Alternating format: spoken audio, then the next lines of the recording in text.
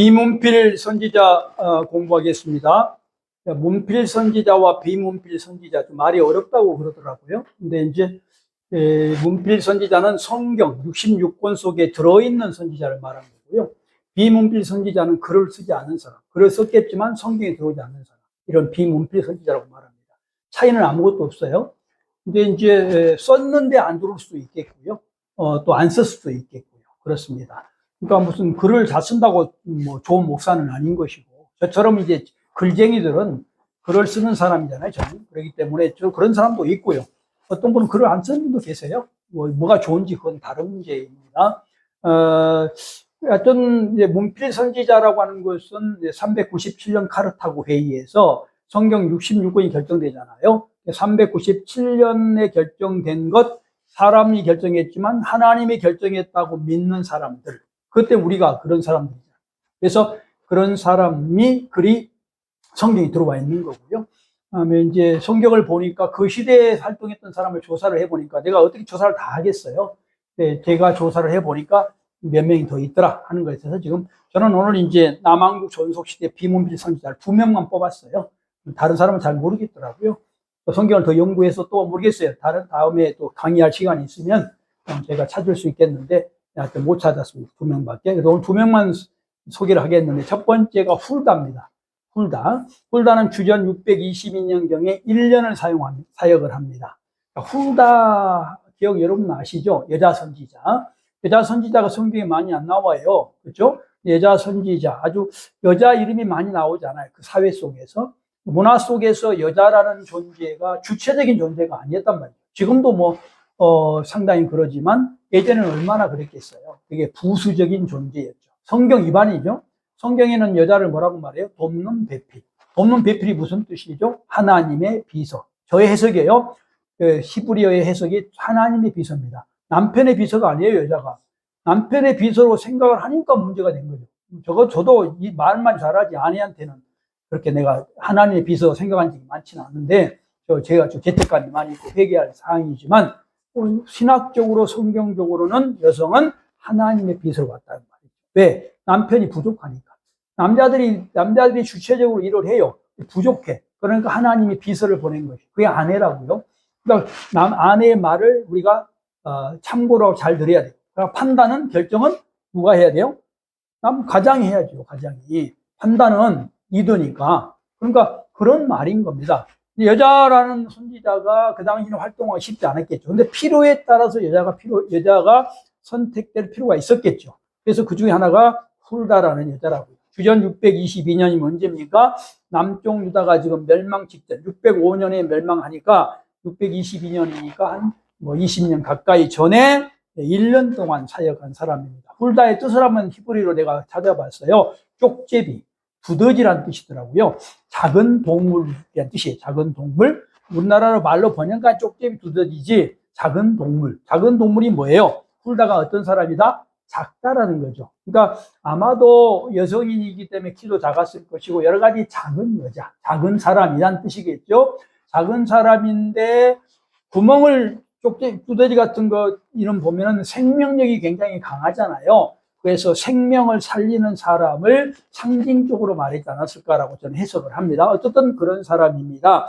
이 사람이 사역할 때가 어디냐면은 요시야 왕, 16대 왕, 종교개혁의 왕 하면 요시야죠. 히스기야, 요시야를 두고 있는데 13대 히스기야, 16대 요시야 아닙니까? 요시야 왕 때 사역했는데 요시야 왕이 640년부터 609년까지인데 18년 때 되는 해에 활동을 시작합니다.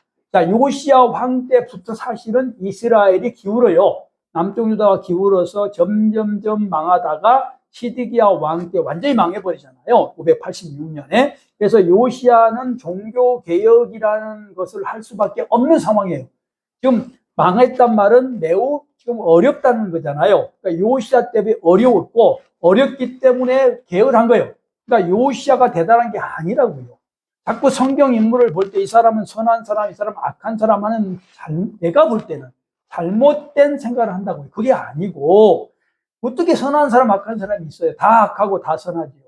어떨 때는 선하고 어떨 때는 악한 거예요. 우리는 모든 인간이 다 그래요. 여러분들 경험을 한번 생각해 보세요. 완벽한 선한 사람이 있어요? 완벽히 악한 사람이 있어요? 다 상황에 따라서 환경에 따라 이거 인간이 그래서 하나님이 필요한 거잖아요. 그래서 기독교가 필요한 거예요. 어떻든 이 사람은 요시야 왕이 종교 개혁을 했다 대단한 게 아니고 상황이 그랬다. 물론 그 상황이 돼도 개혁을 하지 않은 사람도 있죠. 그러나 그런 점에서는 우리가 존중하지만 그러나 전부 다 하나님을 말하지 않고서는 설명할 길이 없는 거죠. 여선지 훌다는 어떤 거냐면 남편의 살룸이에요. 살룸. 성전 예복을 관리합니다. 성전에 예복이 많잖아요. 찬양대도 있고 제사장복도 있고 이런 예복을 관리한 사람이었기 때문에 네이 지파 사람임에 틀림이 없지요. 네이 지파 사람은 대부분 누구와 결혼해요? 네이 지파 여자와 결혼하는 성향이 있지요. 그래서 훌다는 네이 지파 사람이었다. 그리고 성전 관리를 하는 걸로 봐서 성전 예복 관리하는 걸로 봐서 그 당시에 사회적으로 상류층 가문이었다라는 걸 알 수 있죠. 상류층 가문이었으니까 어렵지 않지요. 뭔 일을 할 필요도 없었겠지요. 그렇죠? 그래서 그런 사람이었습니다. 근데 그 사람을 하나님이 콜링을 해요. 콜링을 해서 선지자가 된 사람입니다. 이 사람은 어디 출신일까 하는 겁니다. 출신을 잘 모르겠지만 성경에 보면 예루살렘 둘째 구역에 거쳤다고 돼 있어요. 둘째 구역이 미시네예요. 미시네. 히브리어 미시네예요. 미시네라는 말이 뭐냐면 이 말을 다시 말하면 복사본이라는 뜻이에요. 복사본. 두 번 복사본이라는 뜻입니다. 그러니까 예루살렘에 복사된 곳에 지금 거쳤다는 거예요. 무슨 일일까요? 이 지역을 찾아보면 모리아산이 어디죠? 모리아산이 지금 아브라함이 이삭을 바쳤던 산이죠. 서쪽 언덕. 그러면 뭡니까? 성전이 있는 곳이죠. 솔로몬의 성전, 스룹바벨 성전이 있는 곳입니다. 그 지역보다 약간 낮은 지역이 예루살렘 둘째 구역이에요. 근데 왜 복사본이라고 했을까? 그러다 옛날에는 거기가 사람 사는 지역이 아니었어요. 언제 사람이 살기 시작하냐면 722년으로 돌아가요. 주전 722년이 뭐죠? 북쪽 이스라엘이 아수르에게 멸망한 해입니다. 북쪽 이스라엘이 멸망하자 난민들이 남쪽 유다로 다 와요. 도망온다고. 이민을 온단 말입니다.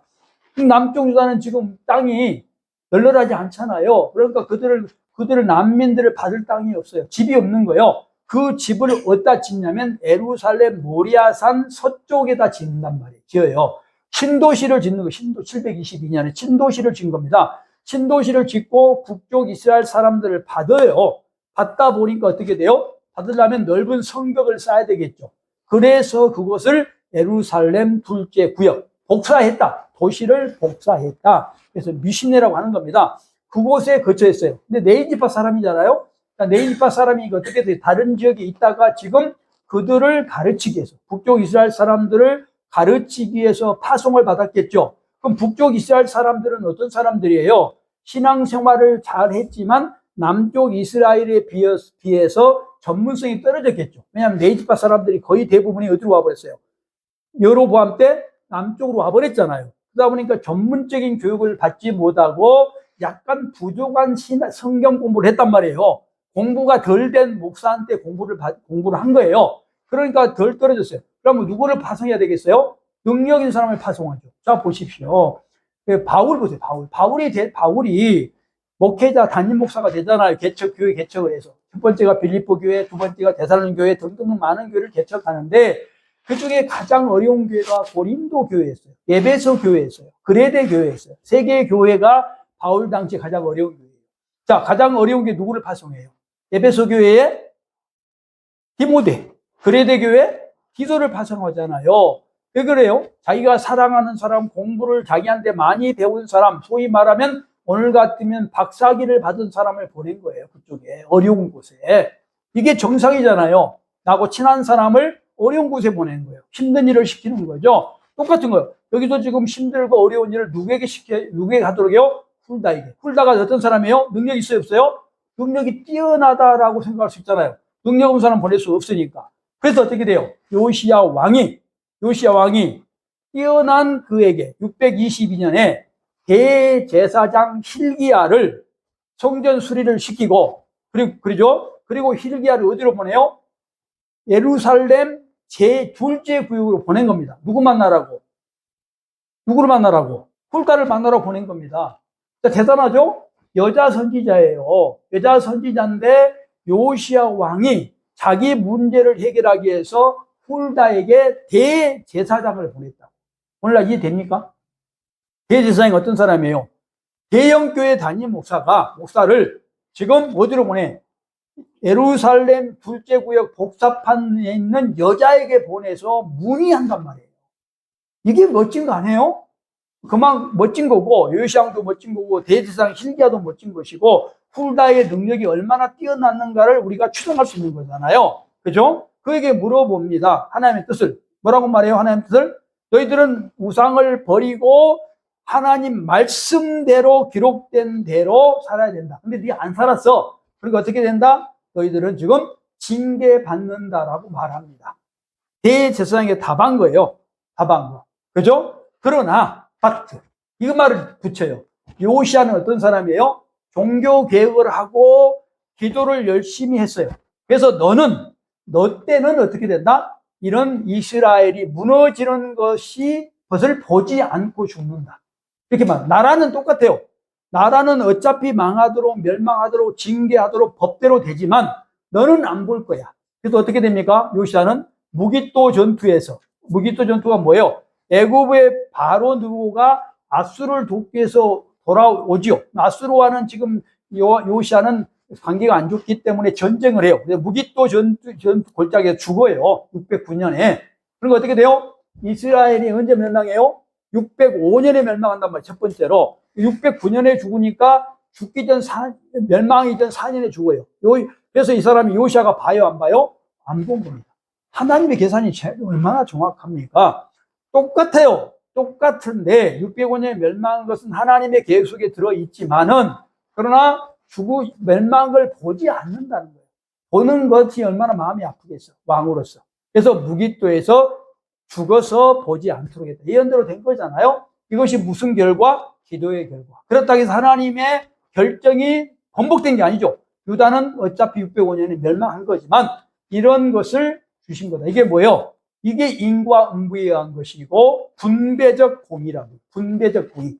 주권적 공의가 아니고 분배적 공의라 하는 것입니다. 자, 요시야의 이 훌다는 요시야의 종교 개혁의 중요한 동인을 제시합니다. 그러니까 요시야도 대단한 사람이지만 훌다가 대단한 그런 학자였다는 걸 알 수 있죠. 그렇죠? 그래서 훌다의 지도를 받아서 우상을 척결하고 그다음에 백성과 언약을 갱신해요. 언약 갱신이 뭐죠? 모세하고 맺었던 언약을 다시 정리를 해서 같이 공유하는 게 갱신이에요. 언약 갱신을 우리가 잘못 안 하는데 언약 갱신을 계속해요. 왜 갱신을 해요? 시대가 달라지기 때문에 갱신하는 거예요. 똑같은 말을 할 수 없잖아요. 똑같은 거를 시대가 달라지면 어떻게 똑같이 하겠어요? 그렇잖아요. 예를 들면 성막을 지어라 그랬어요. 모세에게는. 그걸 갖다 그대로 쓸 수 없잖아요. 솔로몬 때는 언약 갱신해야 되겠죠. 성전을 짓는 것으로. 언약 갱신이 이런 뜻이에요. 언약의 본질은 같아요. 자, 번제, 소제, 속죄제, 속건제, 화목제라는 언약이 있어요. 이 언약을 신약시대에 와서 우리는 하해 안 해요? 안 하죠. 언약이 갱신된 거예요. 그게 변화된 게 아니고 신약은 대단한 거고 구약은 덜 떨어진 게 아니라 구약도 완벽하고 신약도 완벽하단 말입니다. 근데 시대가 달라졌어요. 그러니까 언약을 갱신해야죠. 갱신을. 그래서 갱신한 거예요. 그 중요한 게 많이 있잖아. 이스라엘이 어떻게 됐어요? 제1일 11조는 매년 하고 제2 11조는 3년마다 해라. 3년마다 하는 것은 내인, 고아, 과부, 나그네를 줄 것이다 이렇게 했어요. 근데 우리는 어떻게 해요? 오늘날 월급으로 바뀌었잖아. 11조가 매월로. 지금 월급제가 됐기 때문에 그런 거예요. 그 당시에는 농경사회라 생산이 1년마다 되니까 11조를 1년마다 할 수밖에 없지요. 그렇죠? 그러니까 그거를 언약이 갱신된 거잖아. 근데 그걸 가지고 구약시대는 덜 떨어졌다 이렇게 말하면 안 되잖아요. 그 상황 속에서 그것이 완벽한 거예요. 구석기 시대도 완벽했고 신석기도 완벽한 거예요. 구석기 시대 사람은 미개인이다. 뭐 그런 말이 어디 있어요. 미개인입니까? 말이 안 되는 겁니다. 그 말을 하면 안 돼요. 역사를 저는 잘 모르기 때문에 그런다고 생각합니다. 어떻게 신약은 완벽하고 구약은 미개입니까? 말이 되는 거예요. 이게 말이 안 되는 거라고 저는 생각하는 거예요. 이해를 충분히 하실 수 있고요.